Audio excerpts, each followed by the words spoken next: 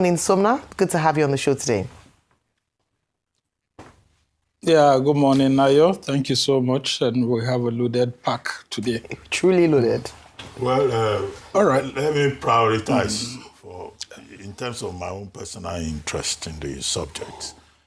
First, the issue about the particulars of presidential candidates published by INEC. Now, some tissue-tattoo around the fact that the president of Nigeria, President Tinubu, did not disclose his primary school education, his secondary school education, and just reported that he has a BSc from Chicago State University in 1979. Some people have been saying, well, which secondary school, which primary school led to that degree?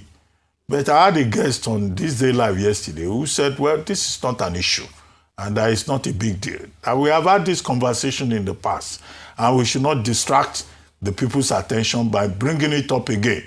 And in any case, if we check the relevant constitutional provisions, either in Section 131 or Section 318, President Tinubu doesn't even need a degree, or anybody at all, doesn't even need a school certificate successful result to become president of Nigeria, and that we shouldn't delay ourselves unnecessarily. A man who has been governor, who has been president, so why are we now saying he should go and bring an arm and a leg to prove that he attended the primary school or secondary school? I would like to know your thoughts on that. As for Baba Obasanjo and Atiku Abubakar, well, President Obasanjo made it clear at a forum involving Charlie Boy, that the biggest mistake that he has made in the public arena is his choice of Atiku Abubakar, former vice president, as his vice president. Well, isn't a man entitled to his own opinion about the choices that he made in the course of a long career in the public arena?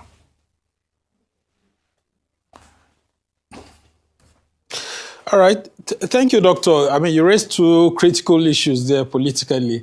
Let's start with the first one. You see, this is the challenge that we have in nation building that we've been speaking about. We've had several parliaments since the return to democracy in the Fourth Republic. And we've always said that there are certain aspects of the Constitution that need to be properly amended to align with current realities. As it stands right now, President Tinubu is not in the wrong for what he has done. Because, you see, if you take a critical look at the submission of the Constitution, what it says, it's just an evidence that you have had some level of learning, that you can have an elderly person in your community to vouch for you, that you are somebody of a sound mind, that you have had some sufficient learning in some basics, and that if you've held a prior position before, there's practically no reason why we should go ahead to do this. And you see, when the issues came up before the Supreme Court last time, you see that they used technicalities to just push it out. Now, I had expected that the federal lawmakers would have been able to seek for, a constitutional review that will allow Nigerians to align with the current realities that, look, if you want to get a job in the private company right now, even in government agencies, the basics that they'll be asking for you, it's not primary or secondary school, is for you to eventually have a university degree. So I had thought that our federal lawmakers, considering the controversy that happened in 2015, 2019 again with the Buhari school certificate, whether first school living certificate or so, they should have adjusted the Constitution to accommodate that. But they didn't. In 2023, we had the same thing. Between 2023 and now, is sufficient time enough for us to have done that constitutional amendment. So as it stands right now, President Tinubu has just played on the system because there's no requirement. If you submit your PhD degree, there's no reason why INEC should say that because you submitted that PhD degree, that you've done something in the wrong or so. And if you you can submit a trade certificate or a testimonial or even a handwritten letter from your traditional ruler vouching for you and saying that in the past you've done this or that. And that will sufficiently qualify you based on what the law says to become the president of the Federal Republic of Nigeria. And this is what we have been saying. If you're looking for jobs here and there, the requirement will be high. But if you're looking for the #1 job in Nigeria, the requirement constitutionally is not so high. So what are the senators and House of Representative members doing? Because I can tell you that in 2031, we are still going to face this problem again.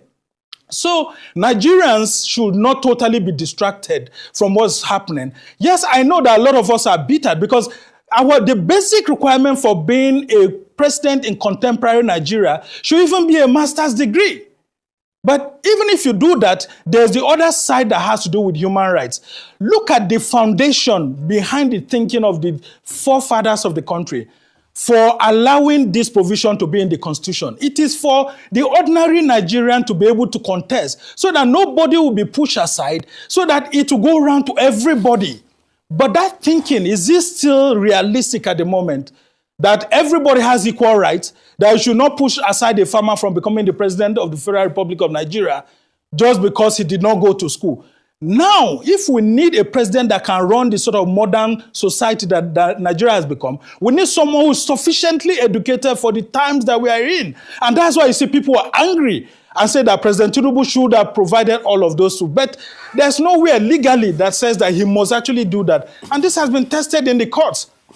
So it's a huge challenge for us, but I think Nigerians should hold our federal lawmakers responsible for refusing to do this, because the APC and its president that they provided have been problematic in this area. And if we allow Buhari's issue to distract us and Tinubu again, we may lose the major focus, which is what is the state of the economy right now? Can this government be re-elected on the strength of its achievements in the economy, in terms of governance, in terms of, sports, in terms of other things? Those are the critical issues that we should be looking at. Rating the executive based on the deliverables that have been achieved in the past 3 years. Is your power better than it was? Do you have enough food? What's the inflation rate in the society? In terms of job creation, we have a huge quantum of youth who are unemployed. What has this government done in terms of job creation? Let's not lose the debate, because we've been here before, and I can tell you the courts will not help. So let's focus on that. As for the issue of Obasanjo and Atiku that you talked about, you see, Obasanjo should not continue to pass the buck to anyone, because the fault was his. I mean, in 1998/99, Solomon Lad, Chief Solomon Lad, who was the chairman, national chairman of the People's Democratic Party, handed over an envelope to Obasanjo then, when he was the candidate-elect of the People's Democratic Party. In that envelope, it contained 3 suggestions by the party from the 3 geopolitical zones of the north. From the northwest, we had Abubakar Rimi, former governor of Kano State. From the northeast, we have Adamu Chiroma, former central bank governor, and then journalist, editor of New Nigeria. And then we had from the north central, Professor Jerry Ghana, and the former PDP national chairman, Solomon Lad, told Obasanjo that, look, if you want to win this election, I would suggest that you go with Abubakar Rimi, because he comes from the northwest, and majority of the votes that we need to support the southwest can come more from the northwest. But Obasanjo left all of this and followed Tony Aneni's advice.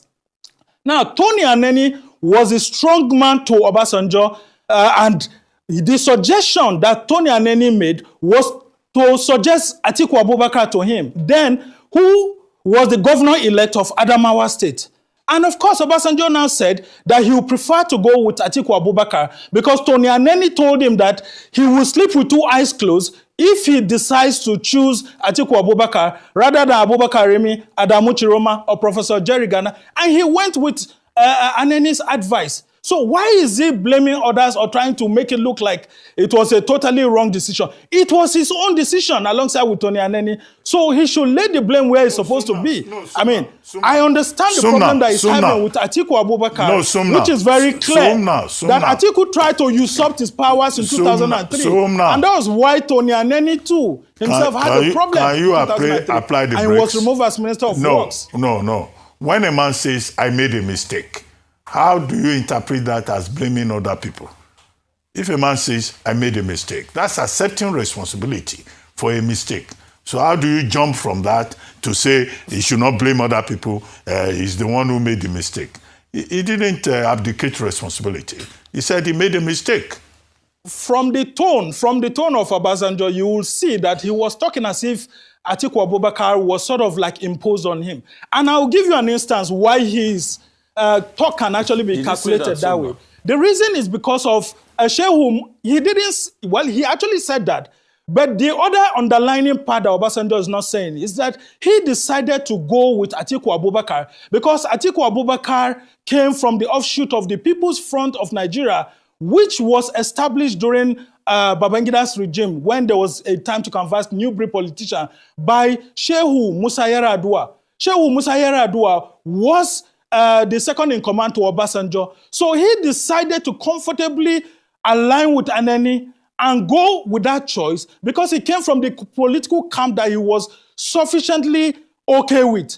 So if you took all this decision, what concerns the public over the time? Why are you telling us every now and then you made this mistake? Why don't you move on from the mistake? What we need right now is a Nigerian president that Nigerians can go and be at home. Sumner, I have a quick and that's question. why you see it from the Atiku camp. They're also saying that he's trying to support someone from the Southwest who is in power at the moment. Okay. Of what use so much is that conversation to the current Nigerian polity at the moment. So Sumner, the question is this. Should Nigerians go ahead with presidential candidates that cannot submit and tell us their primary school? Because Atiku Abubakar didn't submit he didn't tell us his primary school too. He said he earned first school living certificate. He didn't submit his primary school and the secondary school that he went to. So should Nigeria not even know the beginning of these people? And as regards President Tinubu's case, Sumner, can you confirm to me that in the past he had actually submitted the primary school and the secondary school he went to, but it was after dispute ensued on those things that he did not submit them again? What's your import of that? Because, I mean, they've talked about Government College Ibadan, Home Science School, whatever, you know, St. John's, a lawyer, and all of that. So, and also, in terms of the places he worked, in the past, he had actually submitted Deloitte and Arthur Anderson, but this time around, it's just only Mobile he put in there because of the fact that there were also discrepancies. So it's not only Tinubu. Atiku Abubakar too didn't tell us the schools he went to. Sumner, go ahead. Thank you so much for that observation. And that's the challenge that we're having. You see, because it is not expressly stated what you must do, what is, compulsory for you to do, they are taking advantage of the system. As for President Tinubu that you talked about, don't forget former senior lawyer Gani Fahimi had taken him to court, and then of course there were issues here and there. And at the height of it, who was the person that took the blame on President Tinubu? Then he was the governor of Lagos State. It was Senator Tokunbo Afikuyemi. And Senator Tokunbo Afikuyemi is still alive. You can go to find out whether Senator Tokunbo Afikuyemi submitted those details or not. Because Senator Afikuyemi later went to say that he was, that the error was from his own side, that he was the one who submitted, wrong documents on President Tinubu, Governor Tinubu, as then he was. And so he took the blame. And because of that, those things were swept away. That's why President Tinubu didn't use those certificates any longer. Atiku Abubakar, the same thing. So they are taking advantage of the system. It's not compulsory. It's not compulsory that, they must submit all of these issues, of all of these certificates. So I would just plead with Nigerians, let's rise above this. As long as there's no legal encumbrances to this, let's rise above this and face other issues that can actually make the country, to move ahead. As we're heading towards the election, all right. August 19 is when the campaigns will start. Again, yes. What are the strengths of this government? You heard about the issues of the economy. Atiku is countering against it. Let's hear from Obi. Let's hear from Adebayo. What are the alternatives that they are going to have? In terms of job creation, a lot of young Nigerians are young people. Indeed. What alternative policies would they be bringing that will be better than the Tinubu administration? Thank you Those so are much, the things Sumner. that should drive the conversation, All right. not all of this that we've left behind us. Okay. All right. Sumner, thank you very much for your time with us today.